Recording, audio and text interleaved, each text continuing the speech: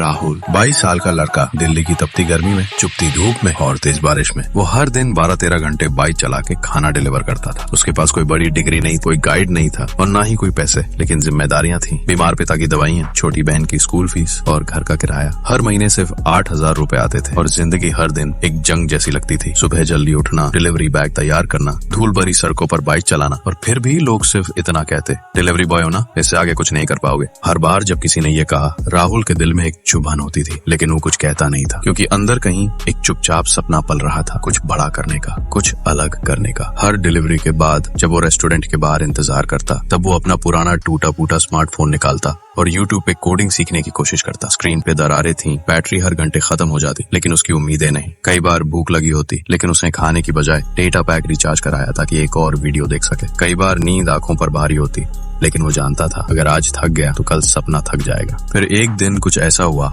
जिसने उसे अंदर से तोड़ दिया। तेज बारिश में राहुल ने भीगते हुए एक ऑर्डर 6 किलोमीटर दूर लेकर जाने की कोशिश की, लेकिन जब वो लोकेशन पर पहुंचा तो कस्टमर ने दरवाजा खोलकर कहा, भाई बहुत लेट हो गए हो, हमने कैंसिल कर दिया। उसने बिना कुछ कहे सिर झुकाया और वहां से लौट गया। वो भीग चुका था, थक चुका था और उस दिन की कमाई भी चली गई थी। उस रात राहुल फुटपाथ पर बैठा रहा, चुपचाप, गीले कपड़ों में, कांपते हुए। तभी उसके दिमाग में एक आइडिया आया, अगर कोई ऐसा ऐप होता जो कस्टमर को लाइव लोकेशन दिखाता तो ये ऑर्डर कैंसिल नहीं होता। वहीं से उसकी नई जिंदगी की शुरुआत हुई। उसने फैसला किया, अब हर रात डिलीवरी के बाद 2-3 घंटे कोडिंग सीखूंगा। ना कोई टीचर, ना कोई कोर्स, बस यूट्यूब, फ्री वेबसाइट्स और एक जिद। घर आने के बाद सबसे पहले जूते उतारता नहीं था, मोबाइल चार्ज पर लगाता था, आंखें जलती थी, लेकिन कोडिंग बंद नहीं करता था। लोग सो जाते थे, राहुल सीखता था। 6 महीने तक ऐसे ही चलता रहा। और फिर एक दिन उसने अपना पहला ऐप बनाया, एक छोटा सा डिलीवरी ट्रैकिंग ऐप। उसे यकीन नहीं था कि कोई इस्तेमाल करेगा, लेकिन फिर भी उसने 2 लोकल रेस्टोरेंट्स को जाके दिखाया। पहले सबने मजाक उड़ाया, अरे तू क्या ऐप बनाएगा, तू तो खाना पहुंचाता है। लेकिन एक रेस्टोरेंट ओनर ने कहा, ट्राई करके देखते हैं। बस यहीं से